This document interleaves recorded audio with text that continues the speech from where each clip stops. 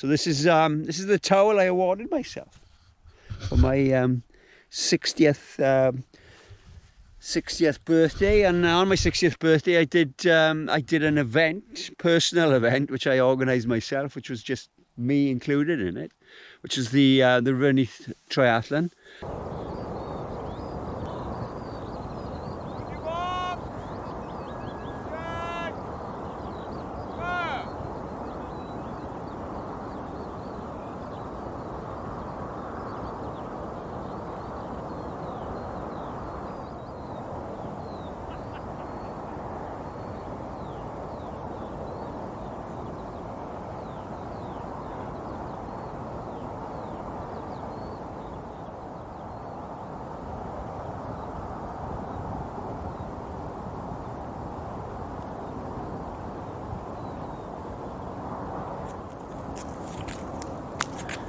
I'm 60, I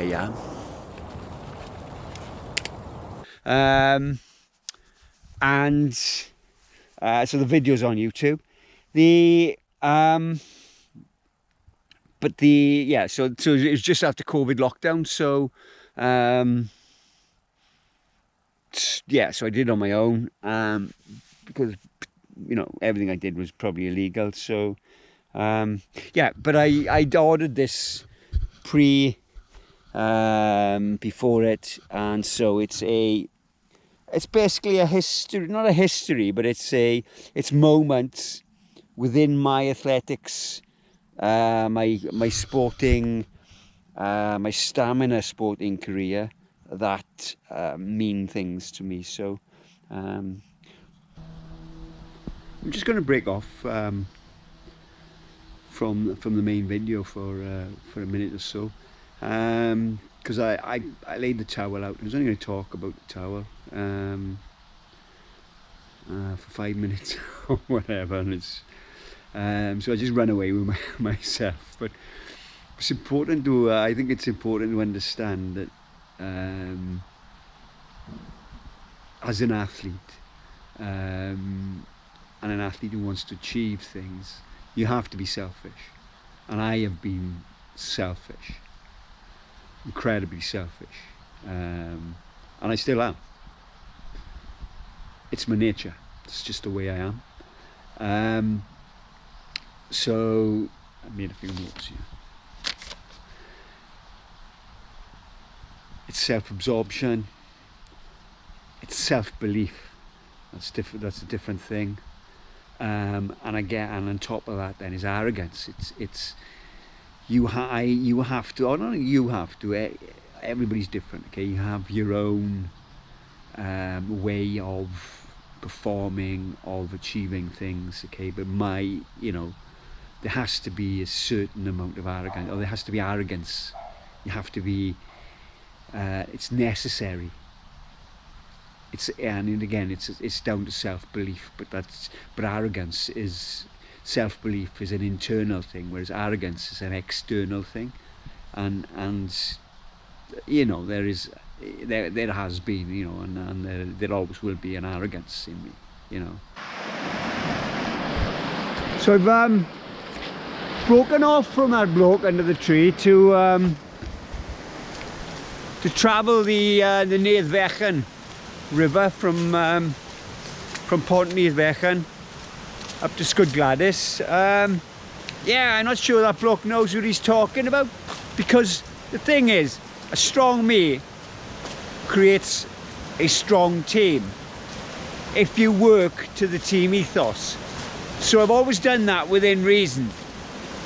Because when you're working as a team working together are a collection of individuals that gel to make a team, and so myself as a strong individual usually contributes to a stronger team.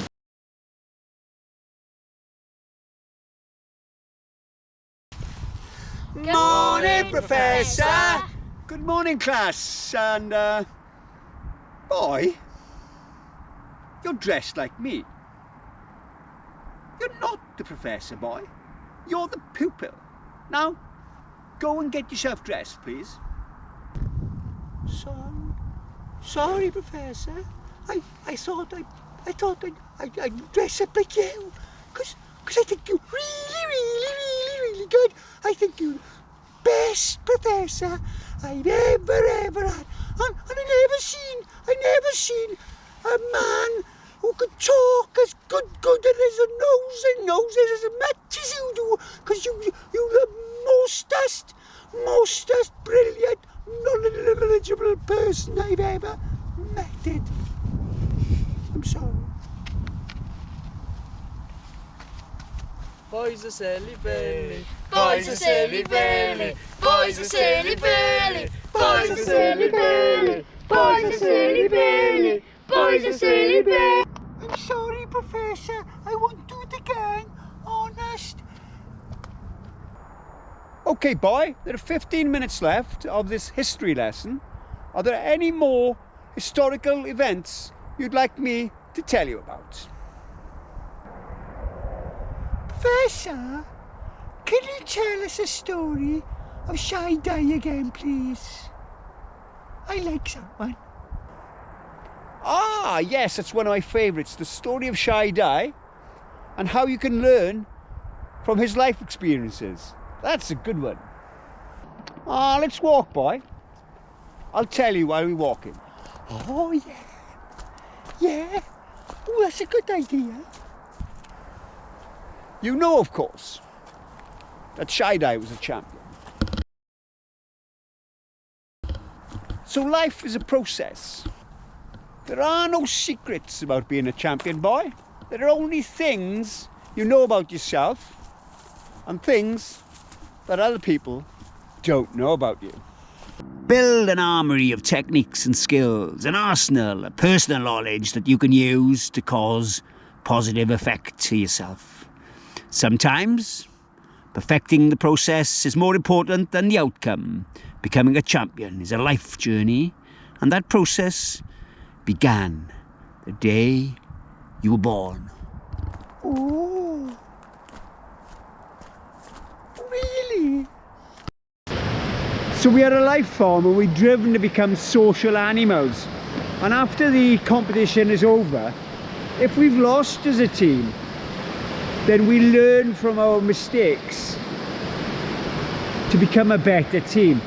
That's all about positive communication between team members and the ability to keep that team ethos and to gel together as a team.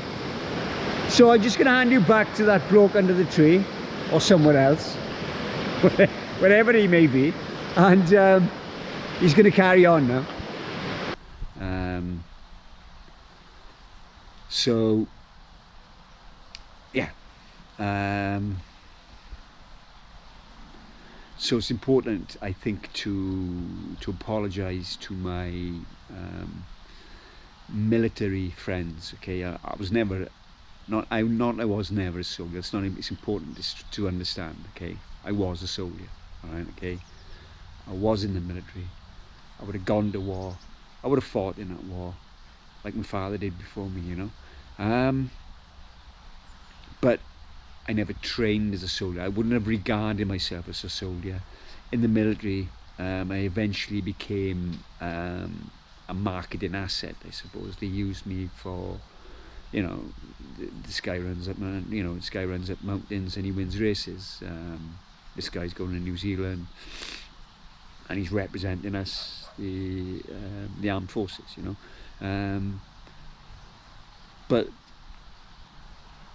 I interviewed Phil Grabarski the other day, and he was a soldier, and I did the Cambrian patrol with Phil, and Phil was a far better soldier than I. I mean, when I interviewed him, you know, we talked about boots and things like that, and about how his feet were in bits, but his soldiering was impeccable. You know, he was a soldier, and you'd go to war with that man because you knew you could rely on him, you know. So I'm with Phil, right? I'm with Phil. Go on. Right, okay. Yeah, Right, yeah. okay. So was it like, it was 87, 88, 89, 88 or 89. 88 or 89. 88. Yeah. So we did the Cambrian March together. Yeah. Yeah. You were in the RRW and I was That's in the right. Royal Welsh. Yeah, that's right. Okay, so the Cambrian March, formerly known as the Cambrian Patrol, is probably the hardest competition in the British Army. Yeah. Oh yeah. So it's a weekend on the Brecon Beacons, and what they do is they drop you off at one end of the Brecon Beacons on a Friday night, and you have to make your way over the beacons. It's 52 miles. 52 miles. 52 miles in a weekend. Over the weekend. Yeah, which is not too bad, except that you're carrying about £70 worth of kit.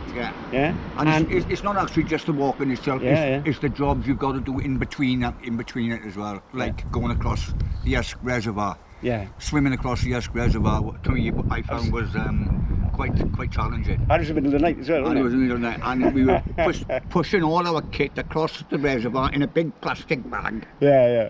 We were half drowning ourselves. Yeah. You know what I mean?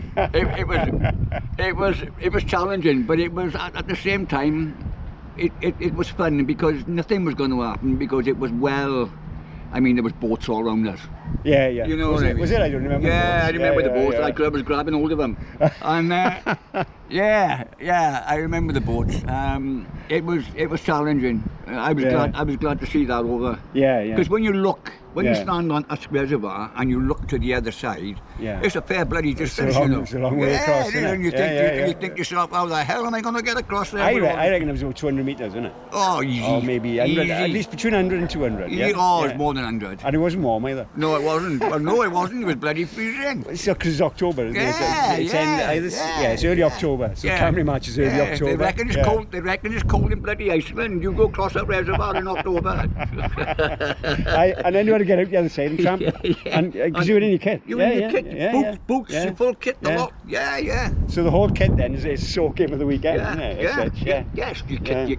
I mean, if you haven't done a good job on preparing your kit in that plastic bag before you started off, you were in for a miserable weekend. Yeah.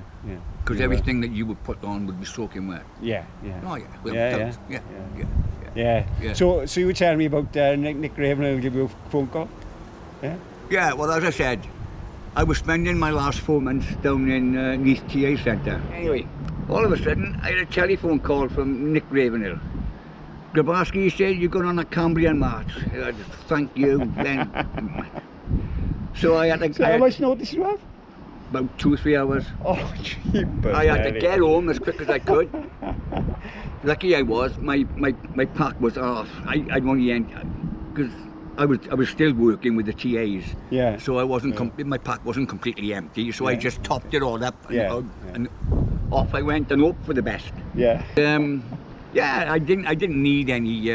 I wasn't at loss for any equipment over the Cambrian March. No. I was okay. But it's a hell of a march. Hell of a competition. Yes. Yeah.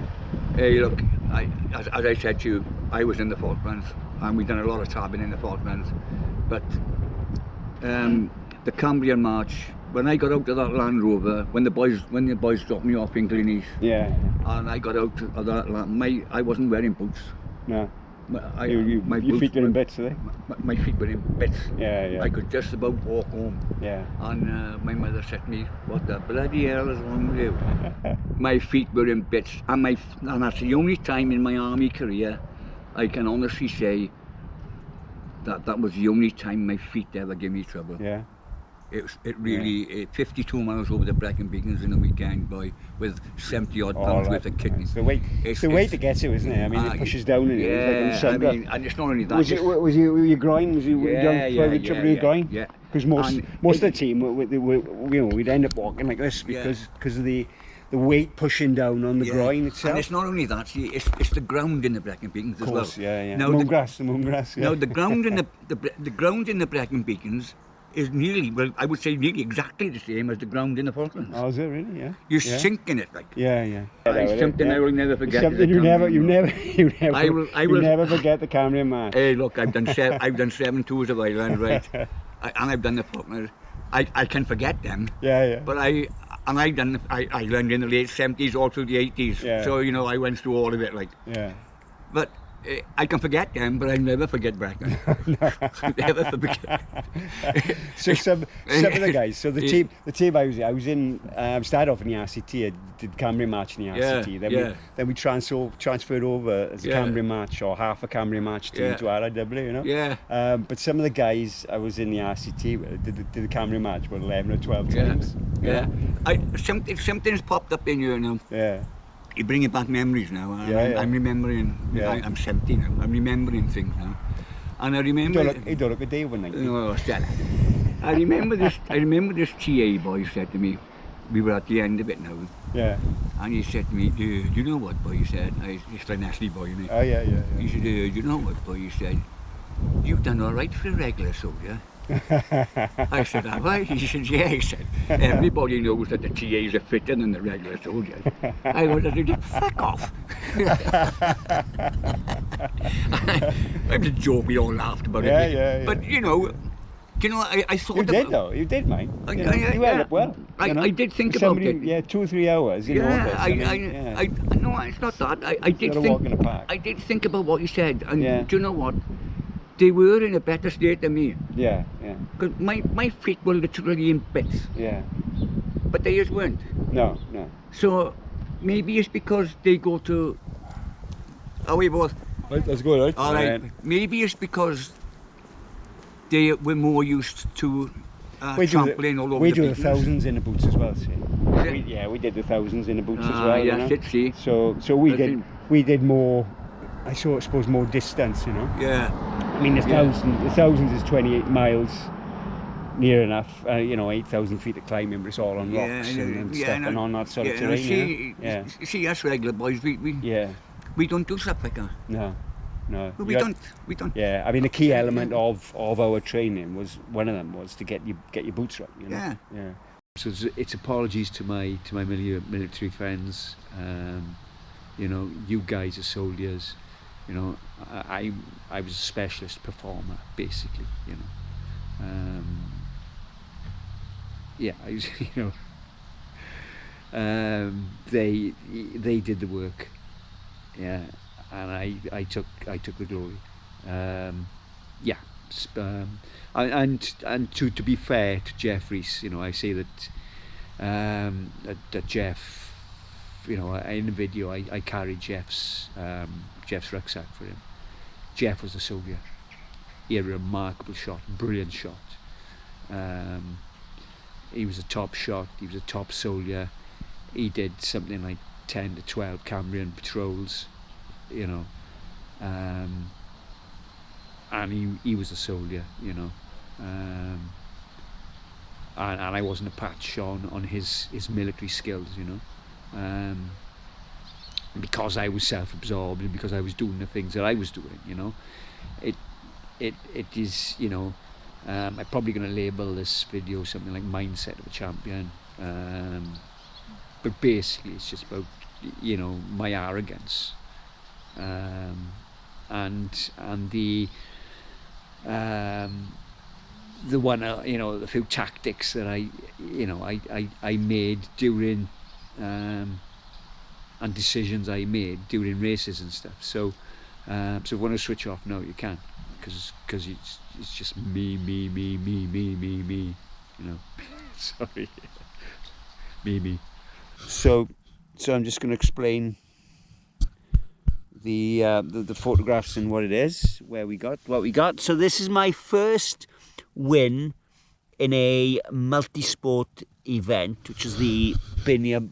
It's called the Binia Biathlon. It's a duathlon. It's a 4-mile run, 18 miles or 16 miles on the bike, and that is in Llanelli, and that is outside Stradi Park School or Stradi School, and so the bike is Jeff Bruce, which was ex-Graham Rogerson. So, hello, my name's Graham Rogerson, one of the first riders for the Schmooze team back in the 80s. This is Dai Richards. Hello, I'm Dai Richards. So my sort of like my athletics career is, well, you see better here. Right, so you see it better here. So one day I walked into Shmoo's office, there's Shmoo there, and Shmoo said, "Oh, Marsh, Graham's packed," which meant that I inherited a lot of Graham's equipment and kit, and including this bike. And this was the early days of the aero bars. And so on my sort of first race on that bike, because it was a class bike, do race throughout. So my first race on that bike, I won the Byned Duathlon, and then this one is a year later, and I believe this was after the Commonwealth Games, where I missed out in the Commonwealth Games. But I managed to beat some of the athletes that were in the Commonwealth Games in that race, winning that race. But this is but this is kind of funny one. In that, I know it was funny. So I had a lead. So leading the race was an ambulance. So I was just on the bike. I was just sitting behind it for quite a bit of the way. You know, it was just causing like a big, massive tow for me. I probably towed it. It towed me for about maybe 5 or 6 miles. But it was in front of me, so I couldn't avoid it. But going down hills, it'd be too slow, and so I'd have to slow myself down. So anyway, so that's Shmoo. I think it's probably after that race. He's awarding me that prize there. Shmoo sponsored me for six years. Great bloke. This is my race bike, okay, and this is the original group set. Race group set that was on the Jeff Bruce I inherited from Graham, and so what I was thinking, you know, when I had this built by Jeff.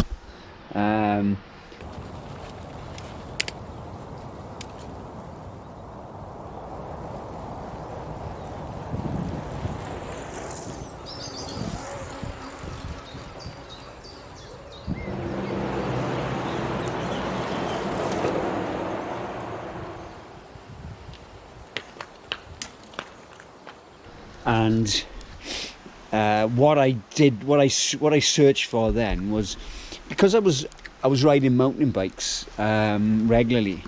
I searched for the smallest pair of mountain bike bars I could find, because when I'm racing, you know, when you were racing on the bars, you spent most of the time on the bars, you know, and the mountain bike. And so you cut down, you wouldn't need drop handlebars unless you were going to go on them, you know what I mean? So I searched for the lightest pair of bars I could find, put a bit of handlebar tape on them, and used mountain bike brakes as well, the lightest I could find, and I cut down these, so the airflow around it, you know. So this was highly manoeuvrable. This was a highly manoeuvrable system that was lightweight and compact, and these have seen the profile aero bars have seen better days.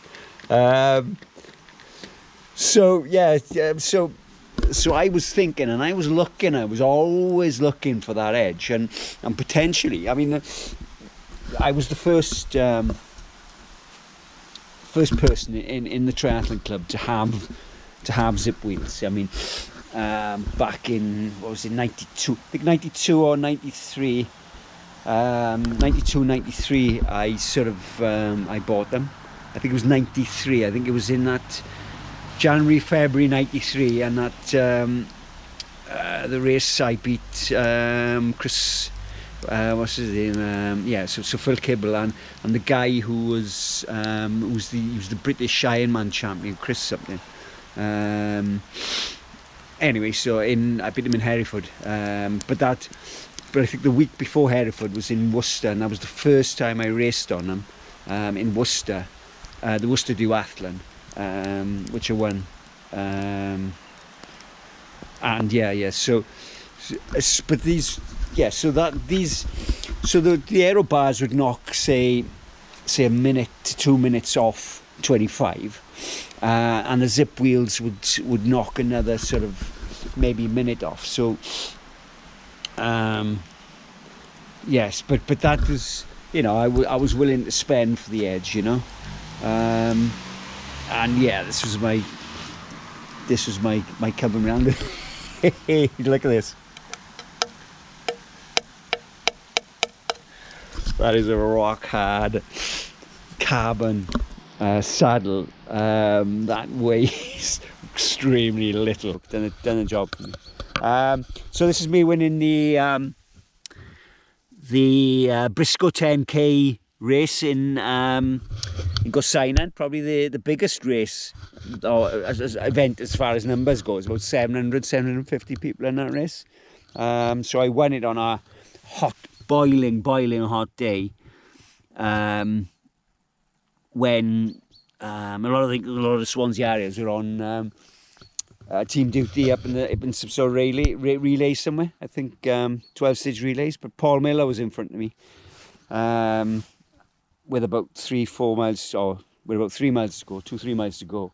And I pulled him back. He was about 100 metres in front, and I pulled him back to win. You need, boy, to understand your history. You an accumulation of effects. Everything that has happened to you or has been caused by you can be termed an effect. These effects make up who you are now. What has caused those effects? Fine-tune the process of your future effects to cause a better effect, to become a better accumulation of effects. Understand what works for you and what doesn't. That's really interesting. And so this is this is me winning the World Championships, or a rerun of me winning the World Championships. It was about 10 minutes after, and I did a repeat because I didn't have a photograph of me winning. So quadrathlon, World Quadrathlon over 40s. So as far as sort of, but yeah, so this the main one here is, and I was talking to myself earlier on about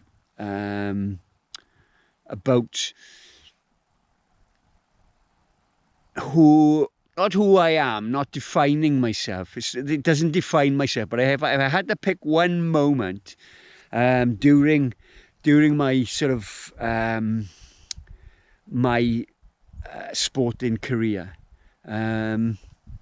it's this one,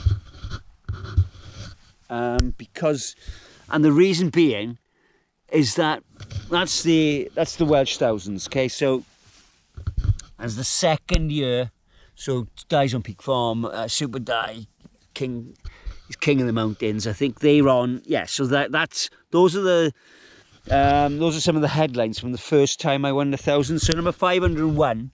Okay, I'm number 1 there in the 500s class, and the 500s class is the military class, and so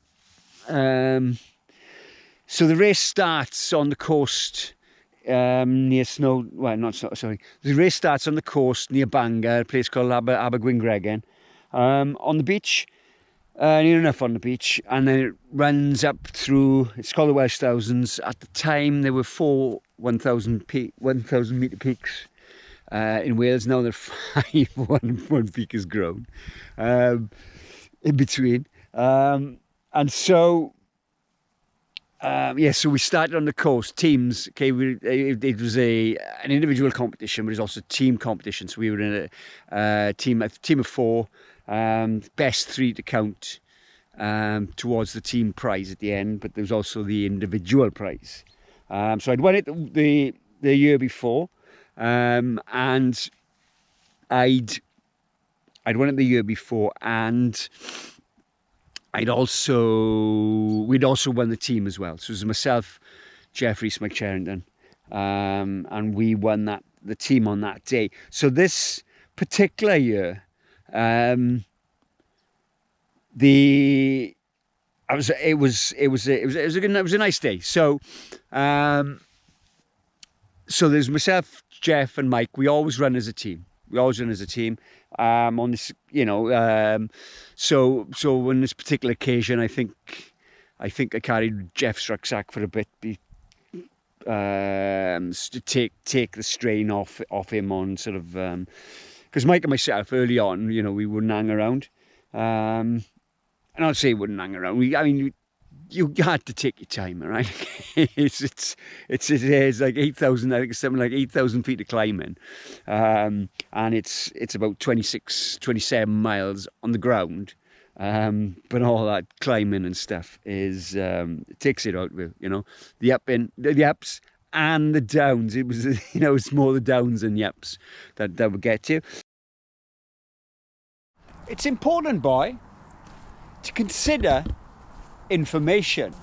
Remember, becoming a champion is a process. But that doesn't happen overnight. Some of those positive effects may be minute, but they all add up to become the singular you. Dave Brailsford, the ex-GB Cycling Supremo, calls this marginal gains. Another terminology for this concept is baby steps. Take baby steps, boy. It'll get you where you want. So, so the competition was open to all military teams. So you had teams of Gurkhas, teams of paratroopers, the SAS who probably fit, were in there somewhere. They never made themselves known. But the two incidents I remember in early on in this race, when we were climbing up Canill Llewellyn, which is the first 1,000 metre peak, was that we were running with the Gurkhas for a while, and we were chatting with them, because you're not blowing hard because you're taking your time. You to a certain you have to spread out your energy from beginning to end, and so it's not your lung power that wins the race. It's your muscle structure. And your energy stores and the application of that energy to the to your body, or to your physical being as you're running. So it's run walk. Obviously you wouldn't run all the way. The Gurkhas used to try running all the way, but yeah, so we were chatting to the Gurkhas, and Mike was a great communicator. Mike was a great communicator. And so he'd chat to the Gurkhas, and we were chatting about 5-10 minutes,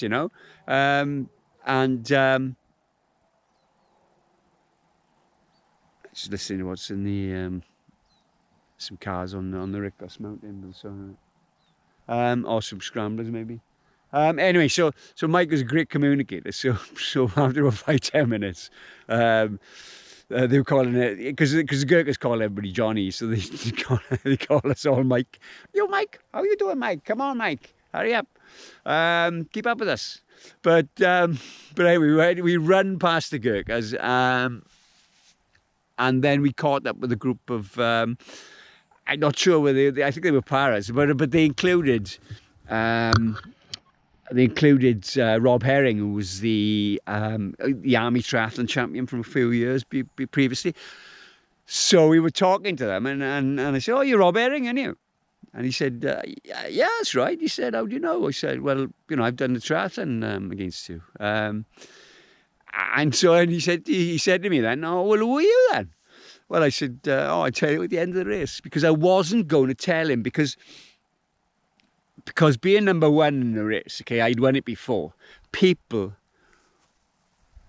would be looking for me to follow me over the course, because it was a navigation exercise, not a great navigation exercise, because it wasn't difficult. It wasn't a difficult navigation, but it was unless the clag was down, and which it often was. But on these particular, both years I did it, the clag was away. And so I wasn't telling Rob who I was, because the minute I would tell him who I was, it would put a target on my back. I already had a target on my back, because the 3 RW who were our rivals. They were bigger, they were the Cardiff lot. So we were Swansea, they were Cardiff. And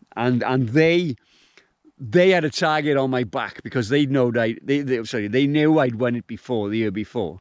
Because obviously I was racing against the same guys, and a lot of those guys, or some of those guys were previously of our team, you know. So, and that's one of the reasons why, on this particular occasion, I let it go. And when I say I let it go, downhill, you know, running downhill.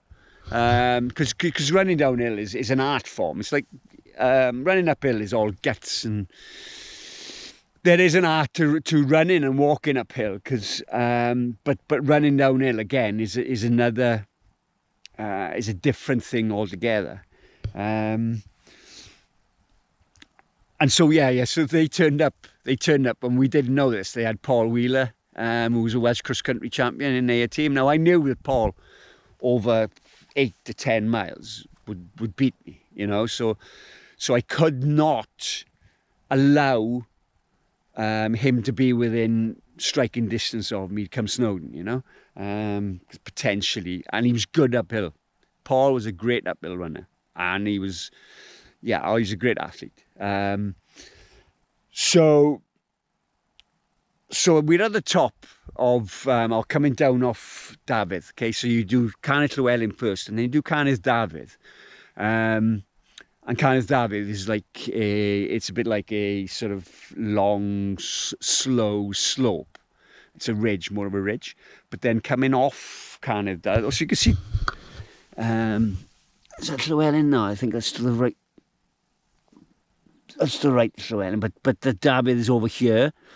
And there's a slope. Then you run down the slope, the gentle slope, and then it turns into a deep, or sort of a steep downhill. About 10 years later, when we ran into civvies, a para ran off a cliff. I mean, it was a dangerous descent. Not so much in the light, but in, the clag was down and he ran off a cliff in it. But it was, so you had to pick your path.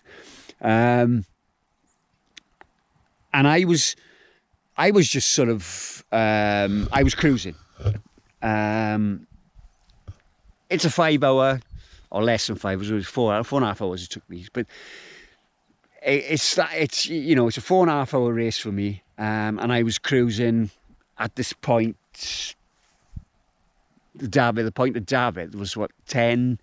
Let's check, see if he was still there. So the point of Dafydd was 10.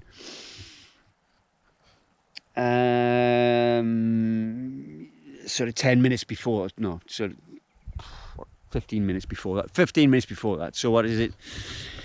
It's about 1:45 maybe. Into the race. So you're an hour and 45 and you'll be climbing all the way, you climb all the way up to Canet Llewellyn, which is over 1,000 meters. So that's, you've already done 4,000, and then you do Dafydd, which is another extra like 500, maybe 400, 300, 400 meters climb. And you coming down, I was coming down off Dafydd, and it already, Jeff, Mike and Jeff and Mike weren't,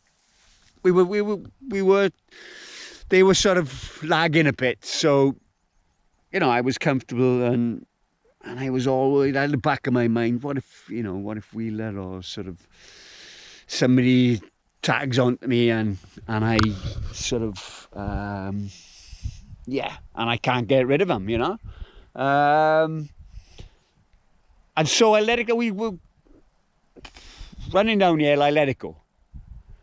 I just relaxed and let it go, and it's a slope very similar to this angle here.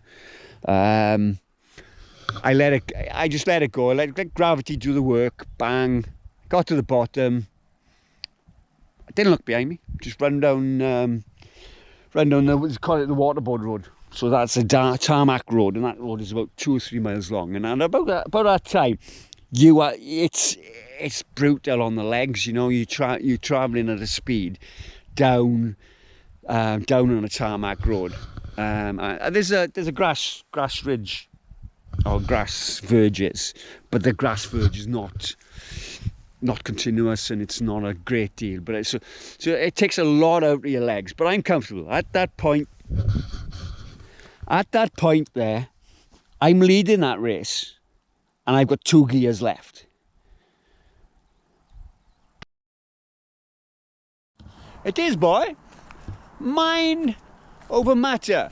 Take those baby steps and prioritise those gains. Focusing on the most effective first. Make your process more about developing your mindset than creating a performance machine. Keep considering information and how it applies to your effects. Ooh.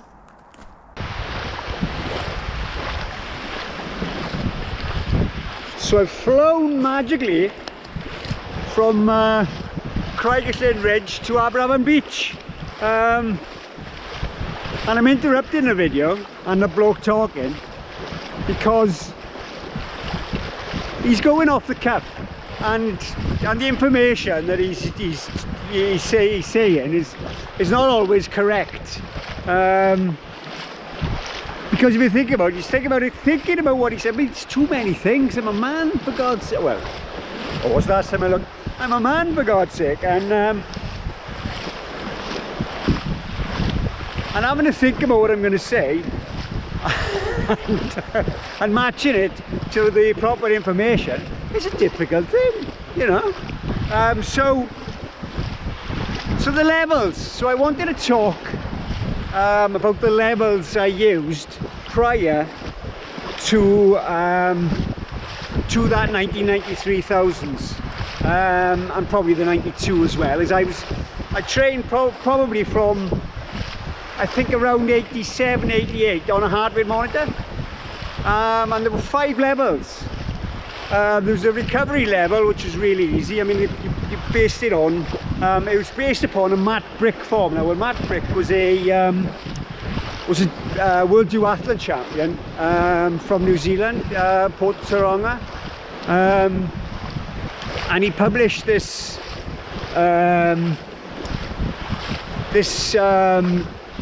heart rate training regime, or as such, in 220, I think it was in 220 magazine, and I thought, oh, I'll have a go at this, and it worked really well for me. I always trained on a heart rate monitor,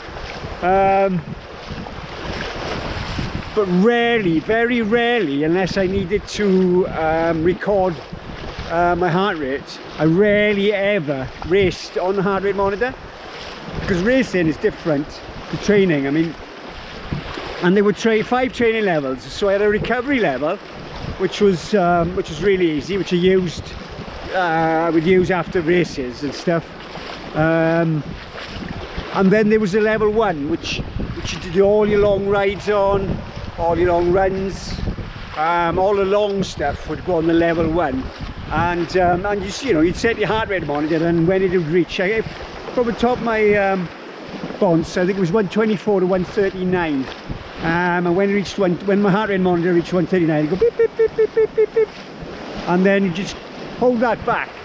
And what that did was, it just held me back. It just let me train to certain sort of levels, and stopped me from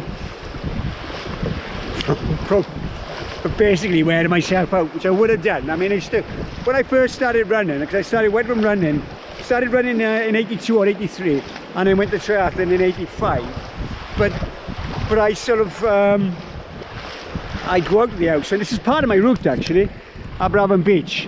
I'm living in Baglan, and we do a 6-mile loop, and I'd come out of the house and I'd just run that 6, every time I trained I'd run that 6 miles as fast as I could, and more often than not I was around 34, 35 minutes, 36, 37, and so what the Matt Brick formula did for me was it brought my training to a structured,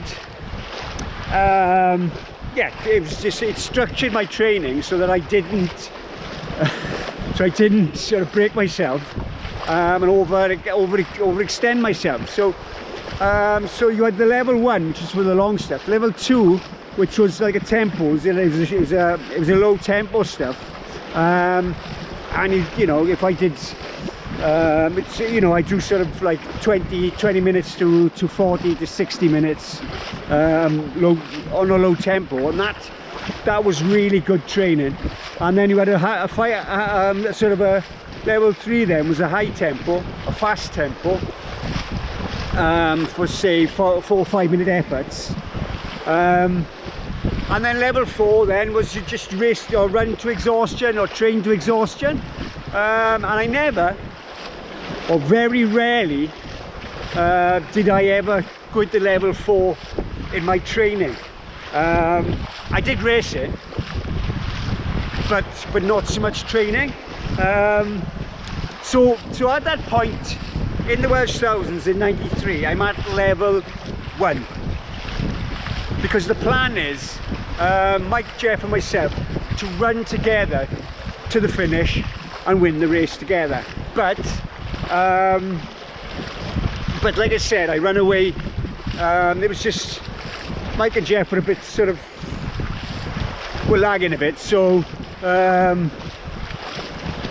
because it was based, the team effort was based upon like points. You know, me finishing first and maximum points for the team. So I think at the end, I think it was myself first, Mike was third, and Jeff was fourth. So and there was a gherkin in between us. So at that point in the race, I was still on level 1, and I'd run away from the best or the fittest blokes in the British Army, you know, that turned up on the day. I mean, this is the thing, you can only race people who turn up on the day. And so that was the point, you know, and I look at that point and I think I'm in control. And you know, from then on, you know, I just sort of run in. So I'm going to interrupt that bloke on the beach to walk the old Neath to Pontypool line. Oh sorry, if I'm walking in this direction, the old Pontypool to Neath line. And to talk about training, the difference between training and racing, because I'm talking about the Mac Brick formula, etc. That is how I used to train. But there is a distinct difference between the mindset of training and racing. For me, in particular. So a training session is a task, and a race is a performance. So you have to understand the difference between the two, which is why I didn't use my so I just cut off. So this is this viaduct here was designed by Isambard Kingdom Brunel.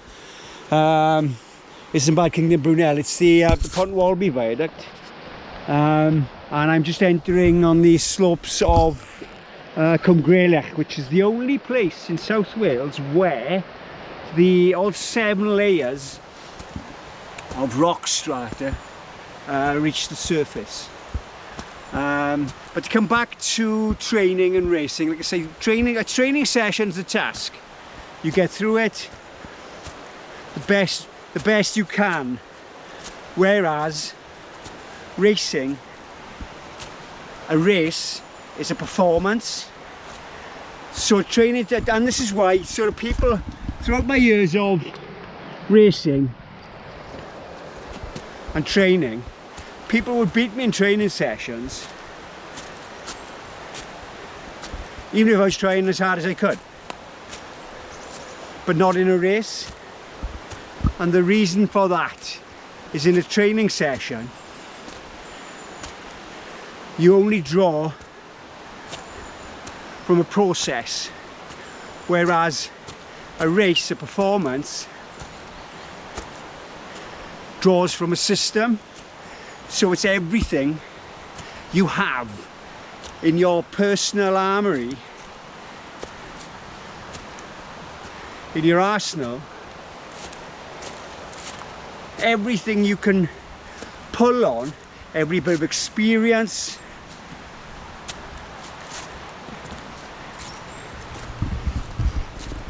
every moment in your life up until that point, you can draw on and apply it, your personal knowledge. That's a good word, knowledge. You can apply your personal knowledge to that race.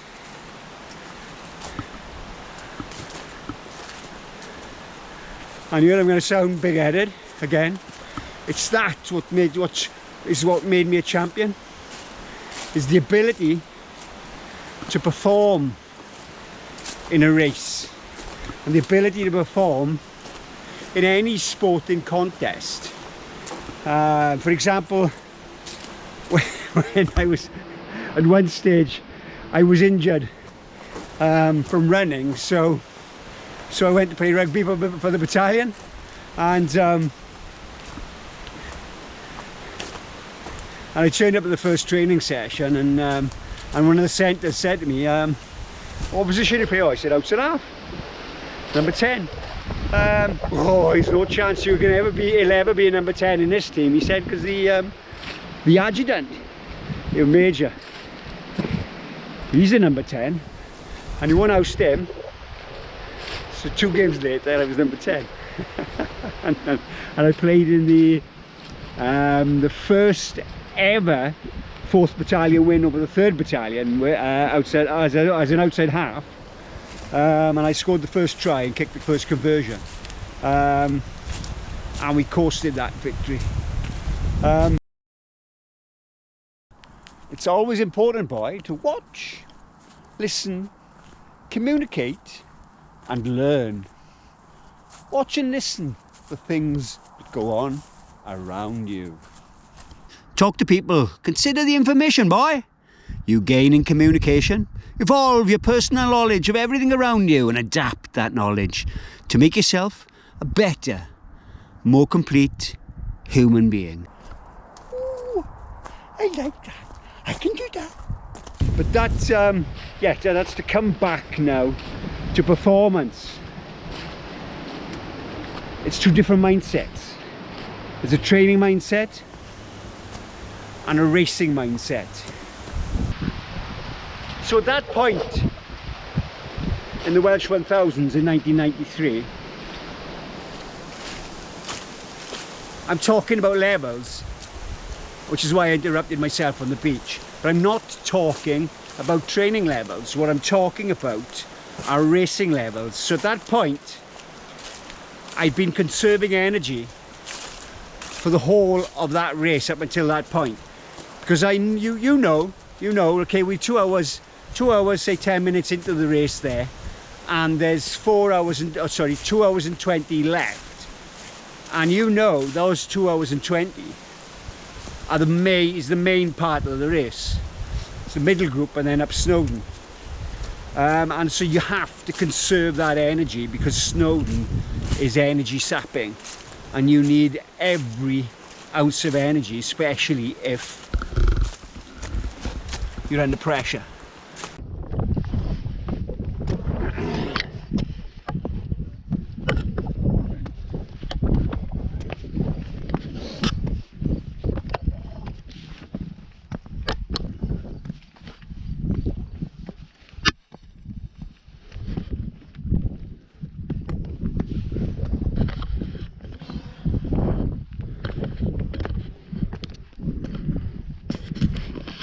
What can we call that? Look. So, up the zigzags.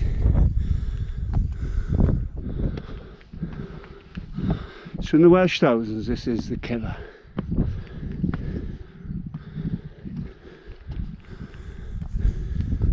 Unless you're in a lead, in which case it's a formality. and there's someone on your tail. But at that point in the Welsh 1000s, 1993, I've been conserving energy and I'm comfortable, I'm cruising, and I've just run away from the best mountain runners in the British Army. So the next 2 levels, there's 2 levels above that. The next level is tactically racing, and you have it's not necessarily a level of energy, it's a level of effort. It's a level that requires you to do whatever it takes to beat that man who is with you to the finish line. So that might be as hard as you can, but it's a tactical level. Say for example somebody caught me at this point on the, say after I've come down the waterboard road and I'm going up Snowdon, the year before. So the year before, I'll give you an example. The year before, where I used this particular level on the thousands. So there's myself and Mark Strong. So I think I passed 1 or 2 Gurkhas on the way up in the previous year, 92. I passed 1 or 2 Gurkhas on the way up the middle group, which is it's a sort of it's a small mountain range. It's a mountain sort of range or hill to the left of Tryfan and the Gliders. So, but at the top of that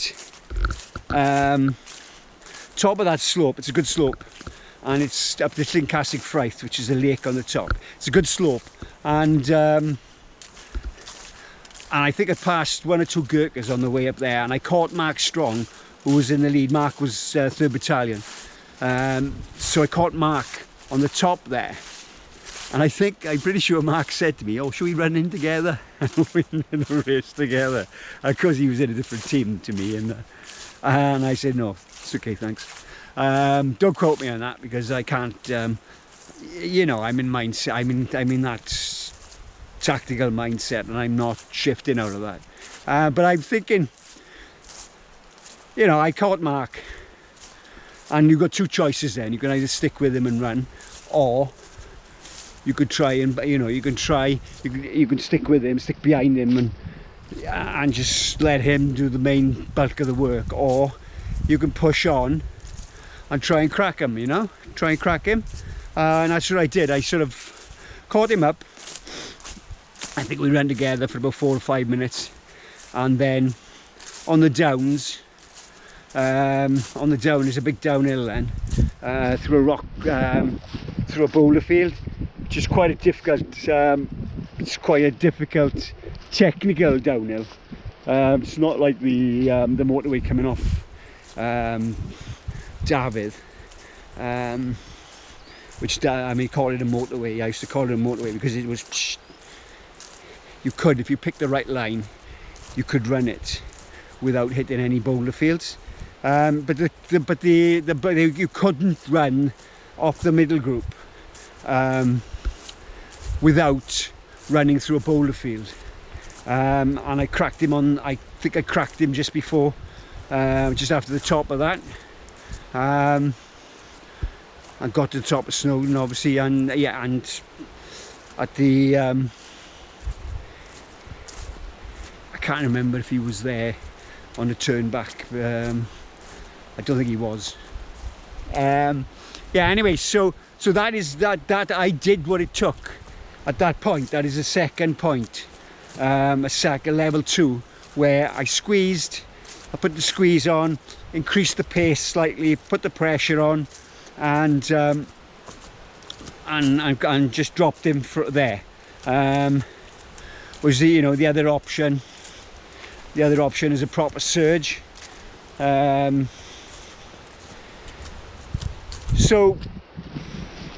that was that's the second level of That was the first, sorry, that's the first level that was available to me. And the second level then obviously is just to push yourself and spread out your peak performance over the rest of the race.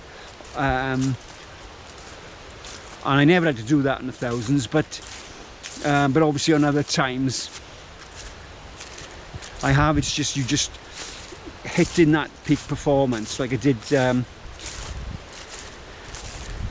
on the World Championship. I was quite, I was quite close to that, because you can't race that tactically, because as such you can't really race a race like that tactically, because although I was the first over 40, I was 8th overall, and I just had to keep my fingers crossed that it wasn't a veteran in front of me. But yes, the difference between training and racing is the task and the performance.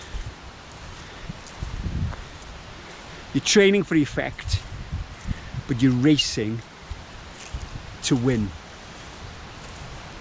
And it's those previous races, those events and incidents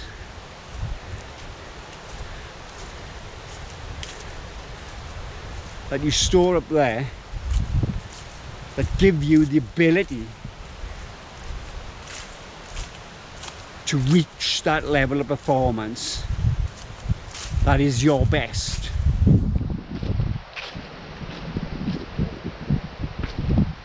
Back to the beach.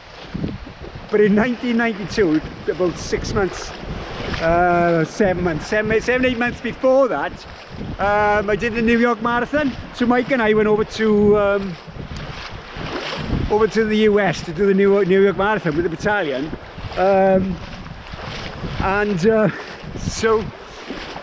so we'd put this plan together.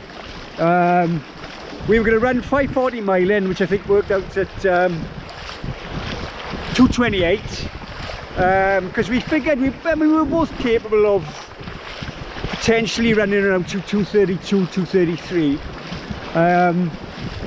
So we thought, oh, let's push the boat out and run 2:28 if we can. So I did wear a heart rate monitor for that, purely to keep the time, to get my times, to take, so I'd keep the time. And we had a chart, or sort of a timing schedules written on our arm.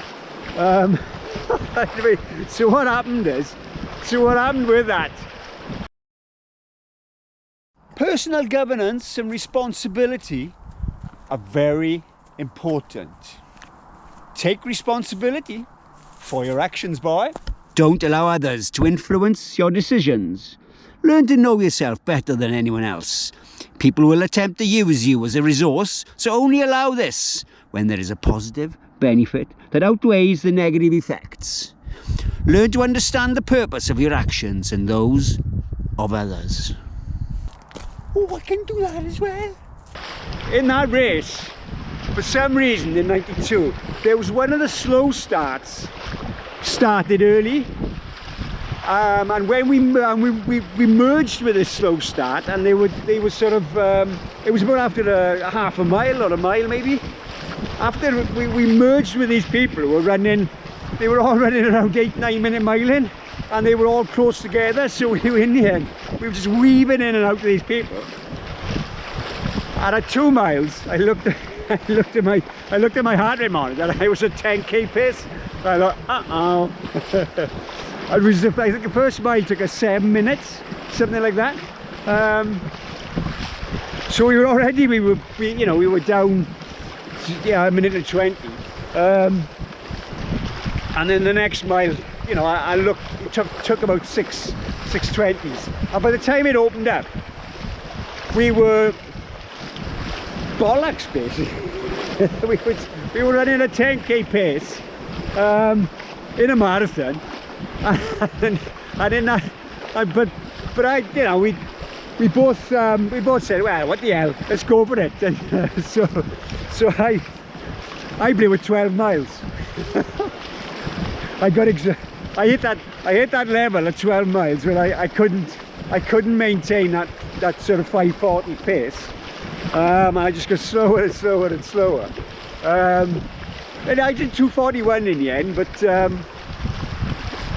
you know, that was a level 4. That was a level 4 race, where, you know, things just went wrong, but it, you know, it wasn't the end of the world, you know.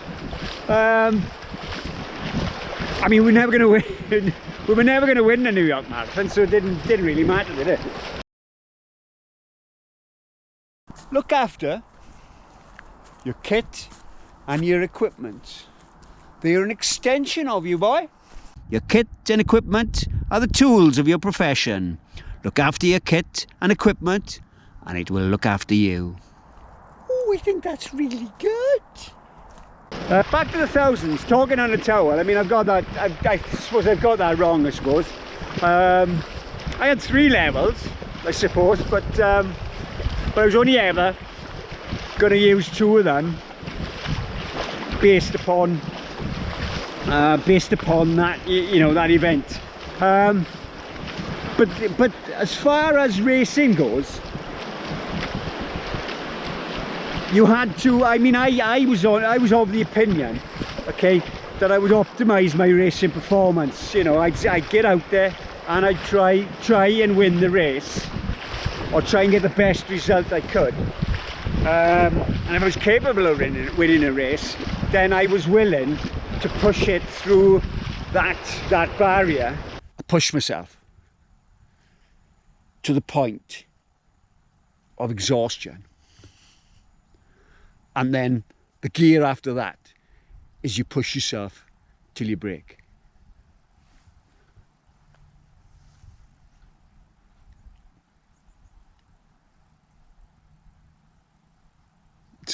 It's an emotional gear and I didn't push myself that much I did a couple of times during my racing career, you know, when I felt it was necessary. To that level 4 beyond, if where you break, or you can't, you're totally exhausted, or you can't run any faster, which is is the case. And I was willing to go that level, but with the thousands on that particular day, I got to that position, and I was really comfortable, and really comfortable for most of that race. And the last bit is you got 2 peaks. So you finish on Snowdon's, you get to the Fingerstone. Oh, now. Oh, there's a man catching me. Don't let him catch me. So where have you come from? Just outside of London. Oh, good man. And you walked all the way? And you've walked all the way? Not from London, no. I'm doing this, and Give yourself a name. my name is Alex. Alex. Friend. Now how far are you?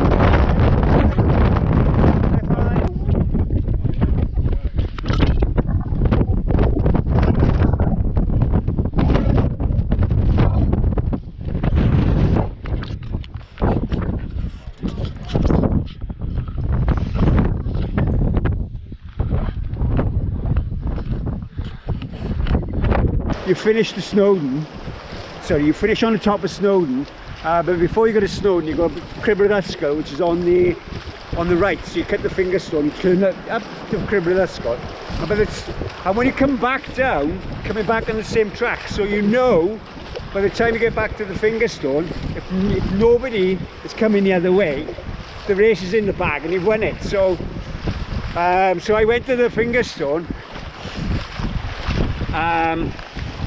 and I shouted, top of my voice, Terriers! which is our call. We used to have a call at the beginning of the races, terriers. And some of the boys, they remember hearing that.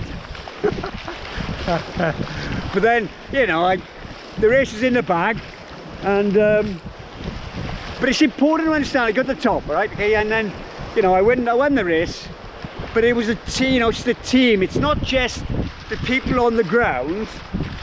You know, it's the whole team. It's the logistics of it. It's the, you know, you've got the guy in charge, the commanding officer,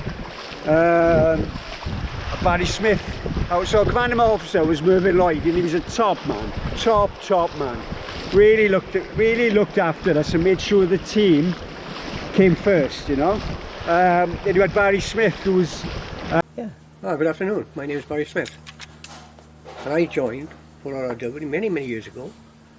And the first chance I was given was to train the 1,000 metre peak team. And this peak team at that present moment came from A Company for Leslie. I took on the task, found them to be complete and useless. So I then said, I can't work with this team, I've got to form my own team. So I went away and I poached members of the RCT, namely Jeff Rees, Dai Richards, and I think there are others, but I don't know their names. Mike Sheridan. And we went up and I said to the commanding officer, if you want me to win and the team to win this race, then you've got to give me time to train. He said, you'll have the time, and we had a fortnight up there every year. And with the training that we done and the time we were given, we produced the winning team and the winning individual, Dai Richards, and in some cases, Jeff Rees.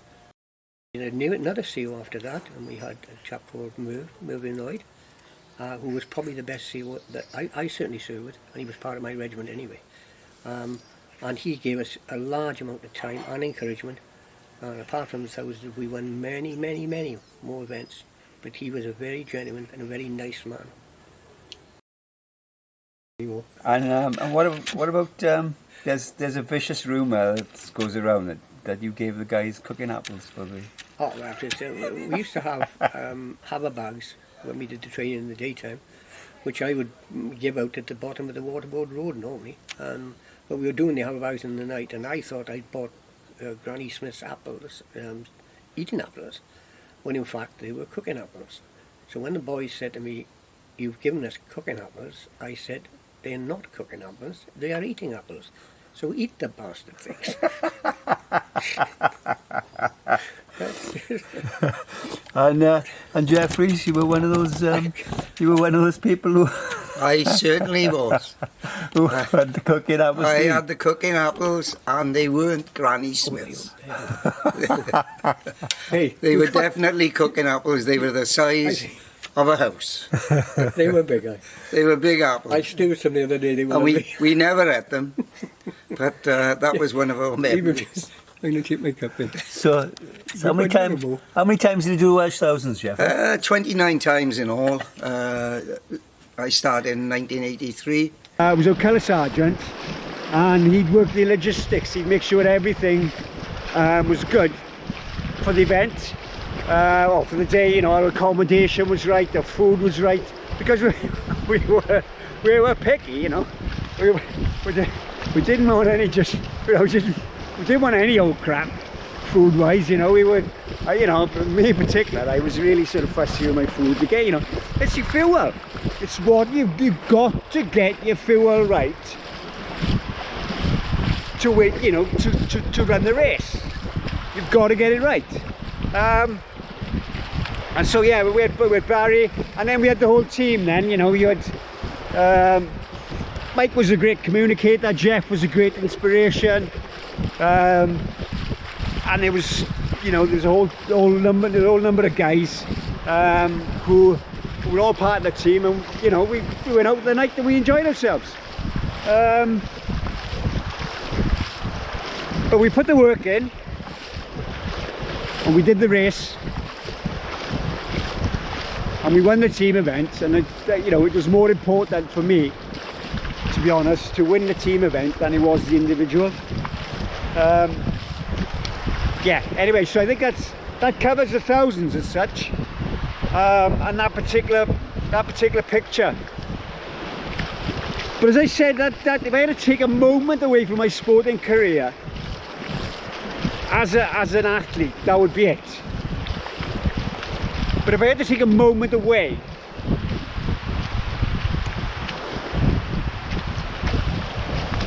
from the whole experience of that lifestyle and sort of spending time with the guys, you know, it was on the Thursday before that race. We were winding down for the race on Kinmel Beach.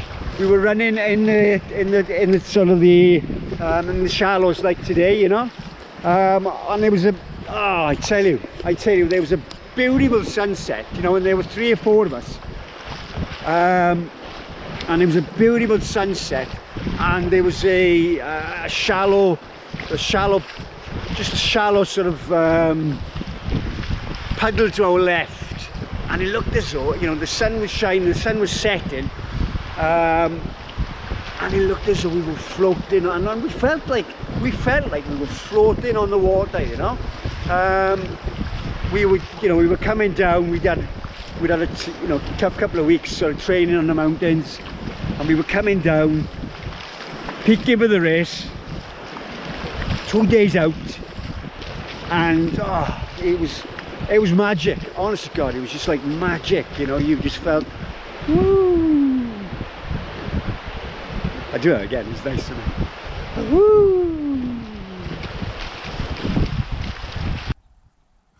And I'd run away from the best runners in the British Army, basically. In the British Army, I'm not sure what I think they were potentially Marines and things in it. I don't know. I can't. I'd have to look in the results to see all that. But at that point there, I'm comfortable. I've got 2 gears left, and I asked Barry. I think it's Barry who's taking the photo, or it was the CO. I said, is there anyone behind me? Because you like to know. You need to know these things. You need to gauge yourself. You need to know where you are in relation to the rest of the field. Now, looking behind is seen as a sign of weakness. It would be, you know, for me, if I saw somebody looking behind, I'd think, oh, look, they're a bit tired. Let's go get them. Let's go. It spurs people on. I mean, not all athletes are of the same mindset. I mean, that was my mindset, is that if I saw somebody looking behind, that meant they were struggling. Now, I only ever looked behind when I knew, at this point here, I had a couple of gears left. So do I look behind? Do I have that? Do I have to put that extra in to win a race? Improvise and adapt to utilise your strengths and to build on your weaknesses. You'll find conflicting information in this video, because what is right for Shy Dai on one day may not be right the next. Be ready to change. Be prepared to adapt and improvise for the betterment of yourself and or your performance. What you believe in is your personal ideology, not mine. Beware of other people's ideologies. What works for other people may not work for you. You are a unique individual with a unique set of skills. Be strong and stick to your beliefs, but consider that your effects may change your beliefs. Be prepared to improvise and adapt to support your new beliefs. Really?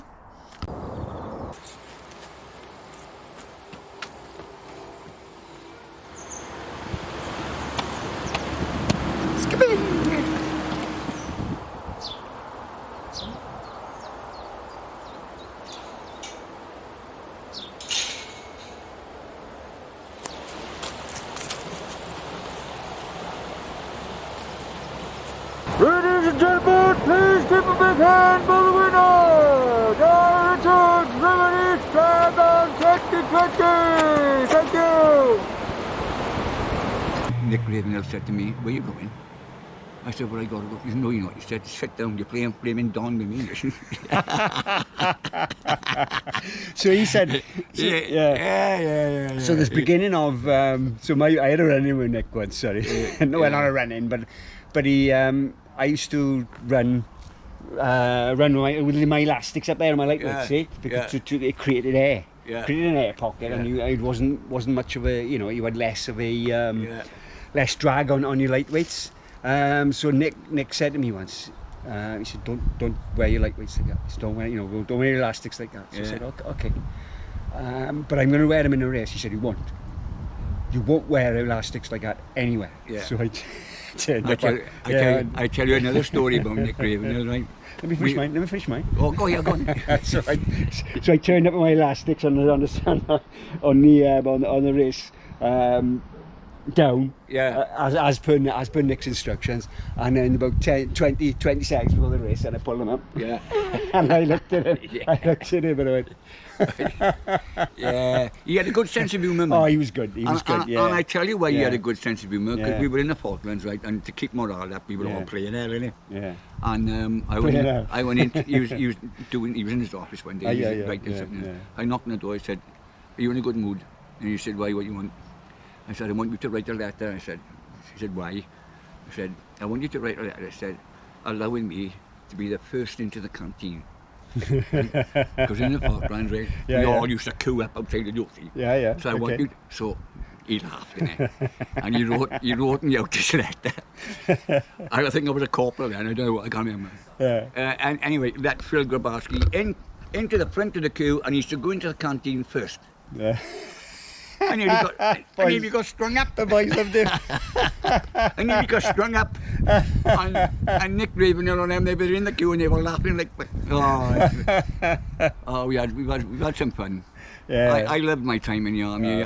So those elastics were potentially the effect that gave me the edge, and perhaps that's why I was in such good condition at the bottom of the Waterboard Road.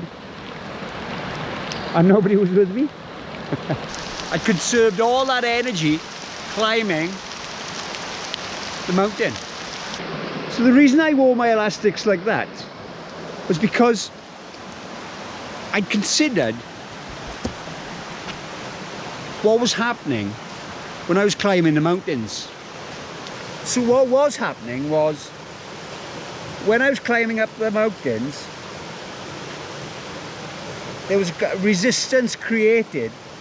So early on, the bottom of your lightweights would get wet, and that would create a weight. And as you lifted your leg to climb, that weight would be dragged up, and there would be a resistance in your lightweights there. So what I did was, I thought about that, and then I changed the style of my lightweights, because I used to run without elastics. So these are the closest things I've got to lightweights at the moment. So what I did was I put my elastics in there and pulled them up to there, and as you lifted your leg then, the resistance would be countered by the extra material here and like an air pocket that was there. So you lift up there and there's no resistance because there's nothing pulling up from lower down, and it also keeps your lightweights drier. And so the first year I ran with my elastics like that, and if you look at this photo, and I was the only one of the boys that did that, and if you look at this photo the second year, 1993, okay, we're all running with our elastics like that. So this is how my influence on the team has created that edge for the team. It's raining. Oh look, it's raining now. But what does the rain mean? Bigger waterfalls! Woohoo!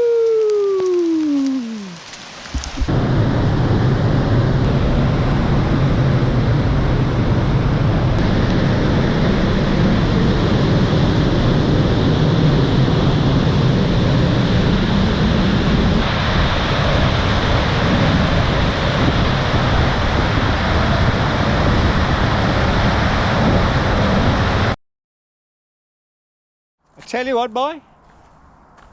Accept pain and discomfort as part of your life. As a top athlete, life is not always easy. Sometimes you need to take yourself out of the comfort zone, and in competition, pushing yourself through the pain barrier is sometimes necessary to win competitions.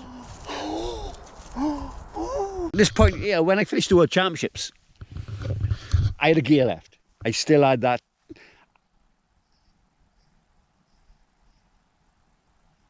Did I have one or two? I mean, it was a close. I mean, yeah. I mean, I had that gear. I had that one gear. I was not necessarily to the point of exhaustion. I was at the top level of cruising. And it's a, you know, there's a zone you're in.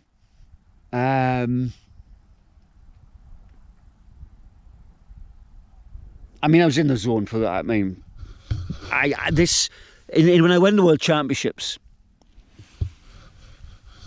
I was in the zone. I can only remember 2 points. I can only remember before the start. I can remember nothing whatsoever of the kayak.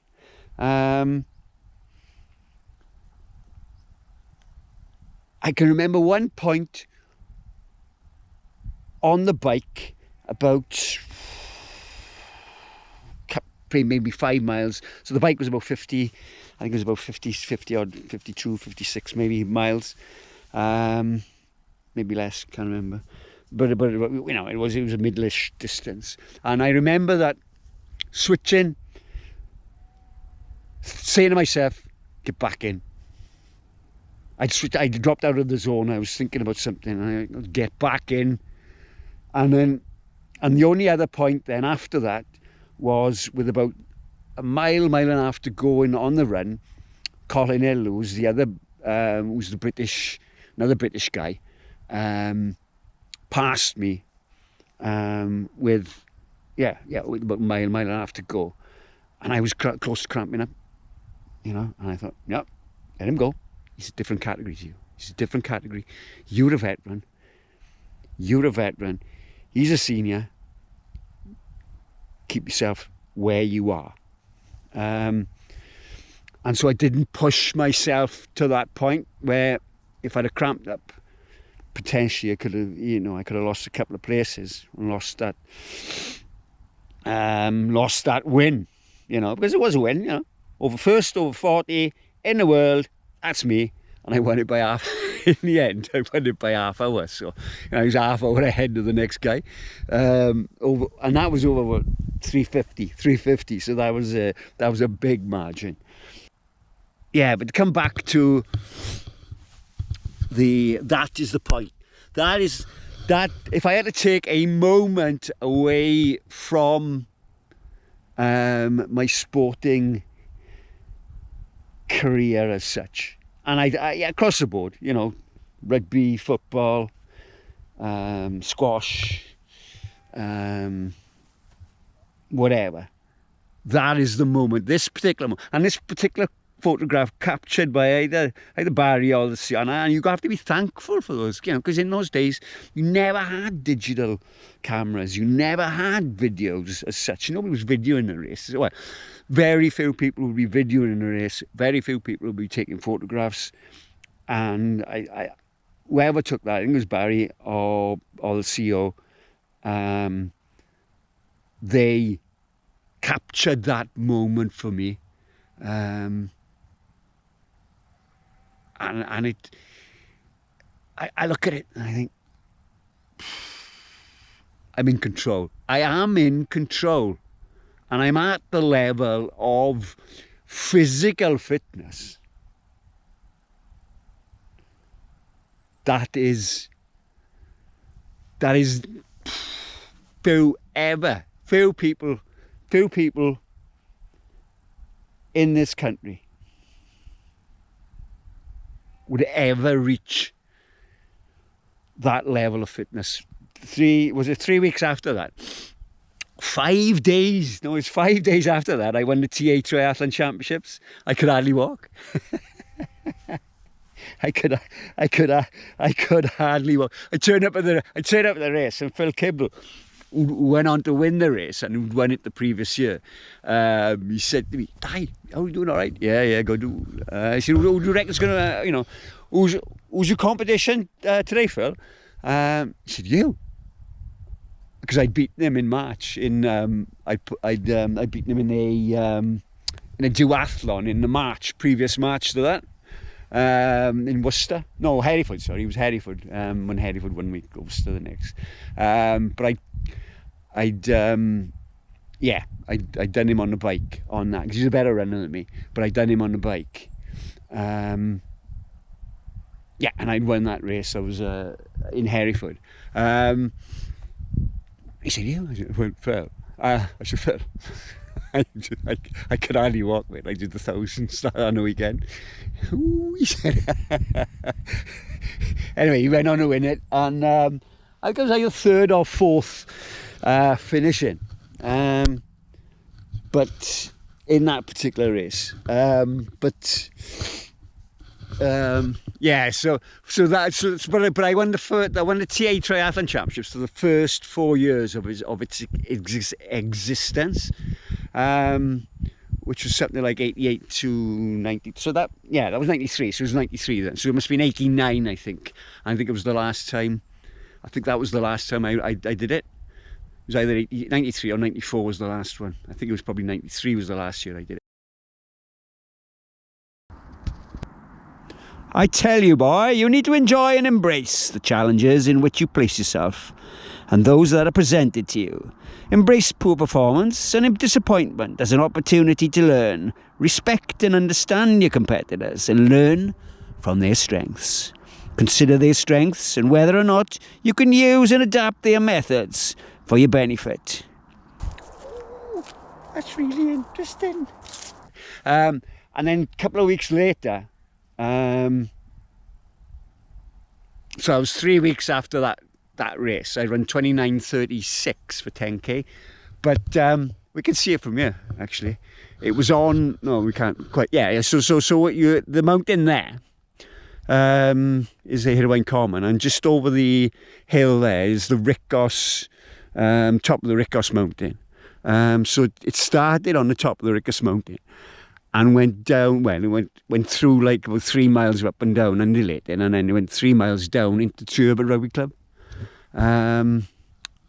So there was, it wasn't 29:36 on the flat. I mean, it was more like 30:45 on the flat. But and again, I caught Richie. I think it was Richie Baker. His name was. I caught him with about a mile to go, and he was about 100 yards in front of me. But he was running. He'd run 30 to 31 on the flat. So I count that as a it's under 30 minutes for 10k. You still got to run it. You still have to run that pace.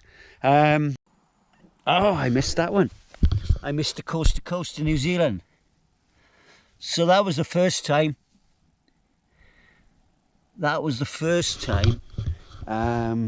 I travelled in New Zealand to do the coast to coast, and I finished third in the 2-day event, and that was when I understood then, and I realised, oh, I could perform on a world level, because I never realised that before. I never realised. It's going to sound big-headed, this. I never realised how good I was. Until I travelled and and achieved. Because the previous time I'd done that, when I'd gone and did the when I first started running, I represented the county in the inter-counties championship, cross country, and that was an eye opener. I was, what was I, 5th, 7th. in the county championships. And then I go to England, and I finished something like 260th out of 290. And I'm looking behind me, thinking, not, you know, where's the danger? I'm looking behind because there's so many people in front. I'm just wondering where I am. I'm thinking, oh my God! And there aren't that many people behind me, you know. So that was an eye opener. I just wanted to put this photo up and talk about it, because this was one of our it was a magic moment where, so this was a military half marathon in Lichfield, and after about 4 or 5 miles there was just 6 of us in front, group of 6. There was myself, Mike and Jeff, and there were 3 other guys who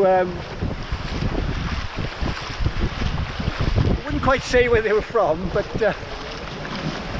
they we believe they might have been you know, sneaky squirrels, etc. So Jeff said, it's time we left, he said, and he put a spurt in, and we so the 3 of us, myself, Mike and Jeff, we just ran away from these guys, and at about 11 miles Jeff was flagging, and Mike and I were looking at each other going,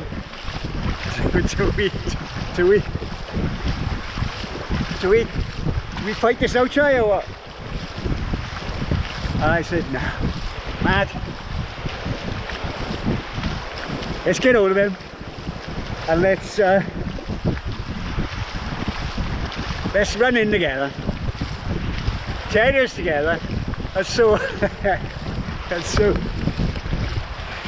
we dragged you away. We didn't drag him, but we sort of gave him a couple of pushes, and we dragged him a bit. We finished in about 1:12. I think it's about something like 1:12:30 in the end. I mean, it wasn't electric fast, but the 3 of us crossed the line together. Barry took a photo. Thank you, Barry. So at the presentation, you know, first, second and third, you know, you can't have, in the army or in the military, you can't have 3 firsts. You can only have 1 first, 1 second and 1 third. They gave Jeff the first place. We didn't care. We didn't care. So we did that twice. We did that twice, crossed the line together. We run complete, you know, we run the complete race as a team together twice. And the second time was in Crickhowell. It was a cross country, something like a 5 or 6 miles cross country battalion. It was battalion championships, battalion sports championships. So that was really nice. It was a great feeling, you know. Jeff always says that the hairs on the back of his neck were standing up, you know, as he's crossing the line. But we always talk about that. When the boys are together, we all talk about the thousands, you know. We talk about the races, and we still meet up. You know, it's 30 years on, 30 plus years on. And we still meet up every so often and have our reunions and talk about the good old days. The good old days, eh? Keep your strategies and your secrets to yourself. As you evolve to become a better you, other people will attempt to learn from you. They will use you as a resource to extract your wisdom. Don't tell anyone outside your team your secrets and your strategies. Keep them to yourself, boy. Sharing information levels your playing field, and it can add to your opponent's armoury or arsenal. Oh, it's really good. Oh. So earlier on, I mentioned about soldering and stuff. I mean, I did my stuff. You know, I did my recruits camp and I did my shooting. But I was, and honestly, it was on the occasion of that when we won that cross country in Krakow. Was also in the middle of an intelligence course, because in our battalion we had an intelligence unit as well, and there were 20 to 25 people on that course, and I finished top of that course, even though I missed quite a bit of it with the cross country. And when I got in from the cross country, he'd already read out the results, and I said, Dai Richards, congratulations, you were top of the course. And they did try to recruit me then for the intelligence section.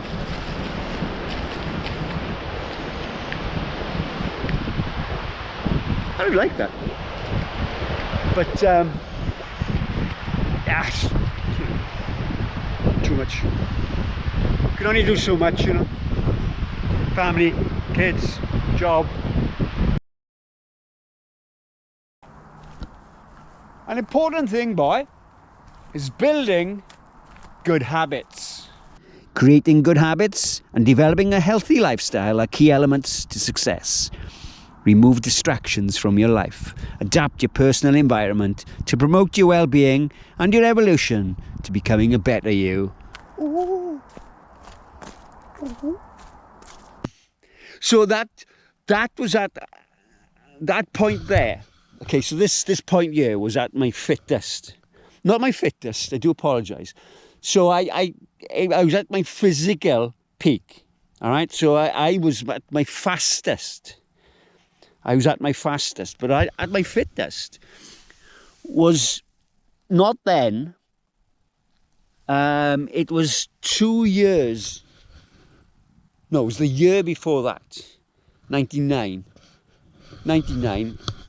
I'd had a brilliant 9 weeks, I think it was 8 or 9 weeks in New Zealand.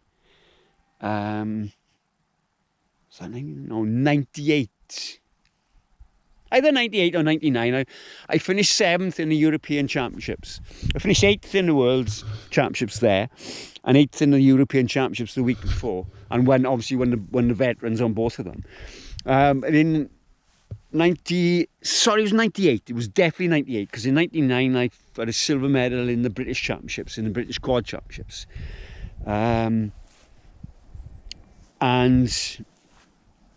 in 90, so it was 98 European Championships. I was, yeah, I mean, the week before that race, I got to that race in absolute peak condition, and that's when I knew I could win the World Championships, because I beat the veteran winner on that European Championships then, considerably. But on the week before that race, I had a rest impulse of 29, and I was in absolute super fit. I mean, there I was fit. I was extremely fit there, but I was fast because of, you know. But I'd slowed down. I was still, you know, I was still sort of at that point there. I was still finishing top 10 in the, and I think 3 weeks after that. It was either 3 weeks or 4 weeks after that. I mean, I went on a piss for 3-4 weeks, and then I finished third in the Welsh Championships in the seniors. you know, overall. I won the Welsh Veterans Championship, but I finished third in the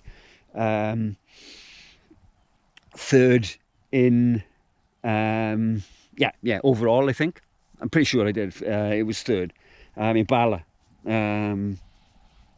So I was still very extremely fit.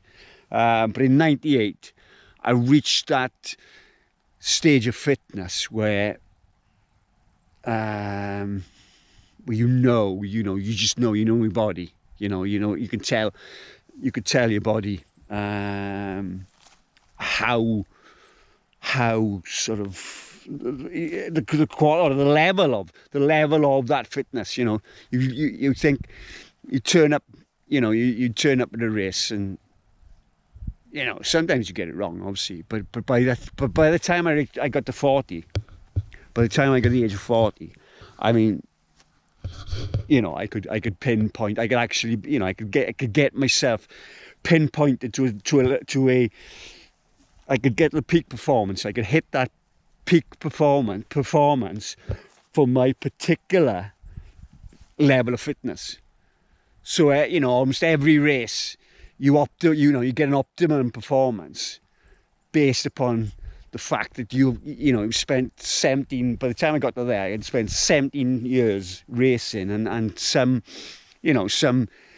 weekends I'd race 2 or 3 times. So you get to that level of personal knowledge, understanding,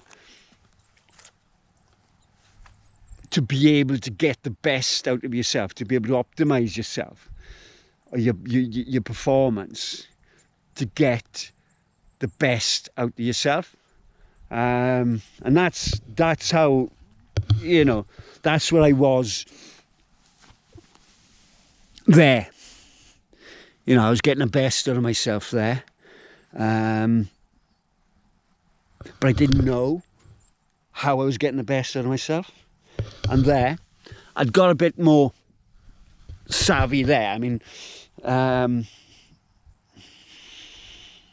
just talking off the cuff now, I haven't really thought this particular part through, but the I think where I'm at now, where I'm leading now, is where I'm leading now, okay, is that, so for the last, what am I, 65, I'm 65 now, right, okay, so for the last 10 to 12 years, I've been understanding how I got there, and what got me there, what got me to that physical peak, and then what got me to that performance peak. So there's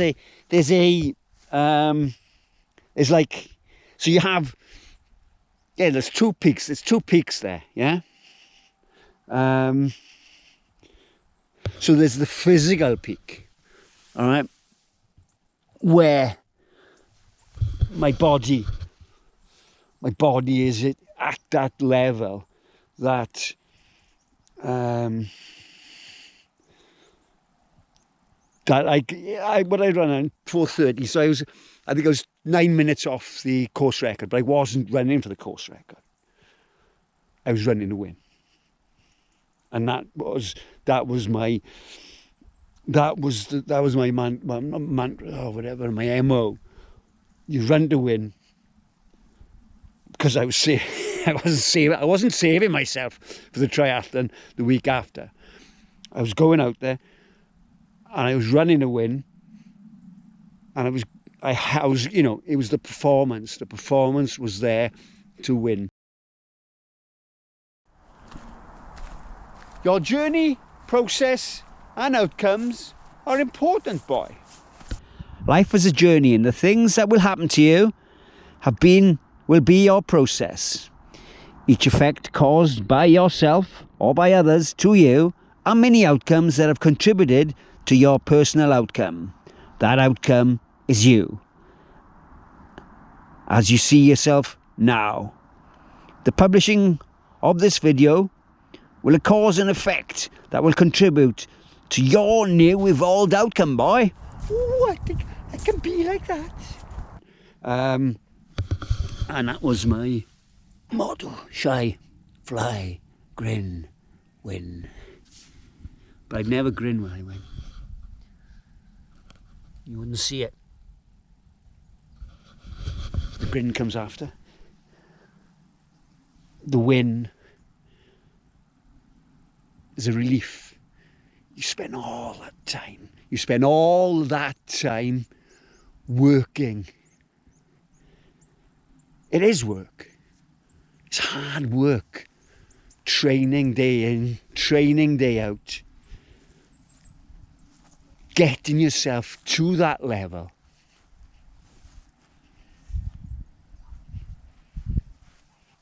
And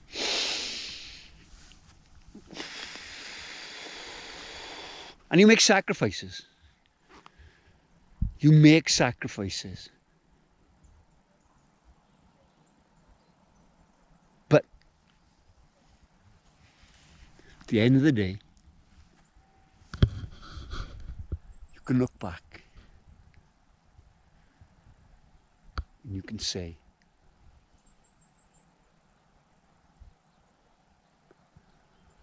I won.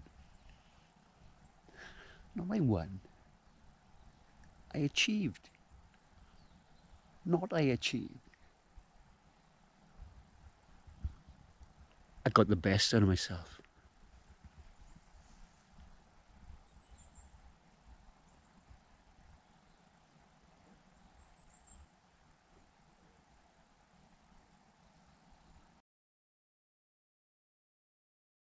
It's important, boy, to anchor your beliefs in what you believe to be true.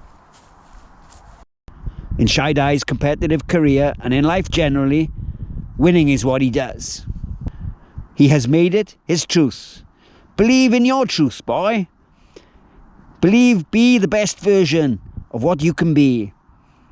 And be anchored in your personal ideology, in the process of achieving your truth. Truth breeds integrity. Integrity breeds honesty. Honesty is the outer version of integrity. Integrity is based upon the truth.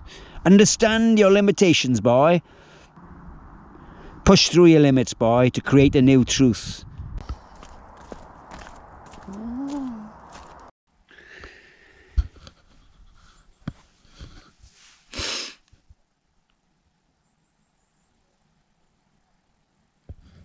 So, Shy Dai. That's what I was known in the team when we used to go out and shout. Because I did, you know, I did not have fun and look after myself. You know, you know, at a limit, you know, you push yourself, didn't you? I mean, I used to race on Guinness, you know. I had 4 pints. I would have had 4 pints of Guinness the night before that. 4 pints, definitely 4 pints before that. But the boys would tell a story, you know, 3 o'clock in the morning. I was up, in this particular instance, 3 o'clock in the morning, and I was up eating my pasta, you know, getting my timings right, getting my fuel in.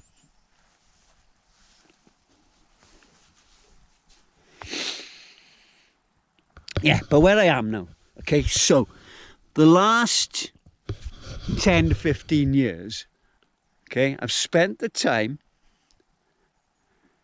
understanding how I got to that level of physical fitness, how I got to that level of physical performance, what made me into the man I was winning races when the chips were down. Because in this one, the chips were down. I had to claw that back. And it's understanding and optimizing your performance. And there are ways of doing that. And I understand now, at the age of 65, it's taken a while, isn't it? I wasn't paying attention, see. And I wasn't. I was just going through life, achieving, trying to have a level of fun while I was doing it. But I understand now how I got to those levels, and I'm not telling you. So you've got to work that out for yourself. Yeah. So that's it, I think. I think that's it. I think that's everything I wanted to say. And I only wanted to talk about the towel. So that's a story of a towel, isn't it? Yeah? When he intended it. You know, and it was just for my sort of personal memory box, so to speak, to talk about the towel and what it meant. Some of those photographs meant. But I think that potentially it's a tool. You know what we have here, or what this video could be, is a tool for somebody. You know, if you're thinking about your performance, and you want to take stuff away, you know, to get inside the mind, you know, the mind of a well, I call myself a champion. You know, a champion's a champion, isn't he? You know, if you win a championship, you're a champion. I mean, so you know, over the length of my racing career, I probably won between sort of 50, 60, 70 races. Only made, you know, minor ones really. But national and Europe, you know, age group championships. I did win a couple of senior championships. Duathlon, Welsh duathlon. Potentially I won the first Welsh duathlon championship. Maybe I organised that one, I think. And I finished third in that. But there was one later. It was labelled the Welsh Sprint Championship, which I won. Yeah. Anyway, so I'm rambling now. Yeah, I hope this adds context to the video. And like I say, it was just off the cuff discussion of the tower. Thank you. And in first place is David Richards. Congratulations, David. Come up. Well done. What a feat to announce. In last place is David Richards. Congratulations, David. And here's your prize. Have a round of applause.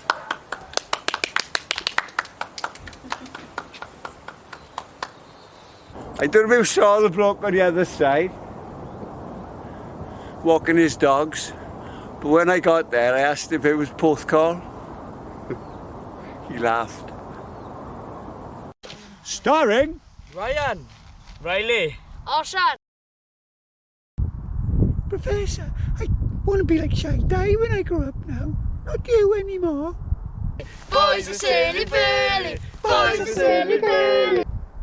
Professor Glyndŵr Penderyn Bevan here.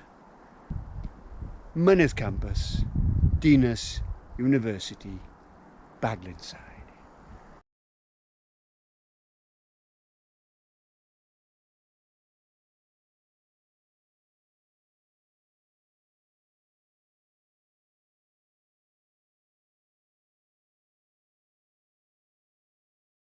Boys are silly Billy.